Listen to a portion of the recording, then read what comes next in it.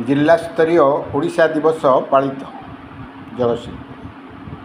जगतसिंहपुर जिला प्रशासन पक्षर जिलापाल सद्भावना सभागृह परिसर में जिला स्तरीय ओडिशा दिवस पालन समारोह अनुष्ठित हो यही अवसर में आयोजित सभार अतिरिक्त जिलापाल अभिमन्यु बेहेरा अध्यक्षतार अनुष्ठित सभार मुख्य अतिथि भाव जिलापाल पारुल पटवारी, सम्मानित अतिथि भाव अतिरिक्त आरक्षी अधीक्षक अमरेश पंडा, उपजिलापाल प्रदीप कुमार साहू, अतिरिक्त जिलापाल संबित राउत, जिला सूचना और लोकसंपर्क अधिकारी कामिनी रंजन पट्टनायक, जिला परिषद मुख्य कार्यनिर्वाही अधिकारी रविनारायण जेठी प्रमुख जोगदे ओडिशा दिवस पालन उद्देश्य तथा स्वतंत्र उत्कल प्रदेश गठन में प्रमुख भूमिका ग्रहण करथिबा बरपुत्र मानकर स्मृतिचारण करथिले।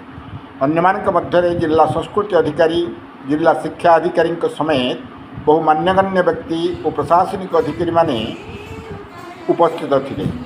यासह विद्यालय छात्र छात्री माने मध्य उपस्थित थिले। Jagatsinghpur Naresh Gochhayat report Krantidhara plus.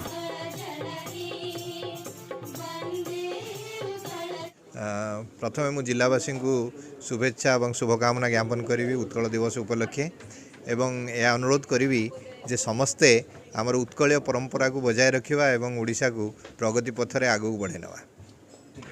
जिला स्तरीय उत्कल दिवस रो पालन कराई एठी आमर सब वरिष्ठ अधिकारीगण अछंती, विभागीय अधिकारीगण माने अछंती एवं आमर जो जिलार छात्र छात्री माने अछंती से माननकु नेकी आज आम उत्कल दिवस 2024 आमर जिला स्तरीय आम पालन करिछु। आमर विभिन्न वक्ता माने बहुत सुंदर भाव रे ओडिशा राज्यर महानता को परिभाषित करिसंती और मु आज दिवस रे आमर सब जगतसिंहपुर जनसाधारण आमर लोक माननकु समस्तनकु आज दिवस रो बहुत बहुत शुभेच्छा जनाऊँ। धन्यवाद।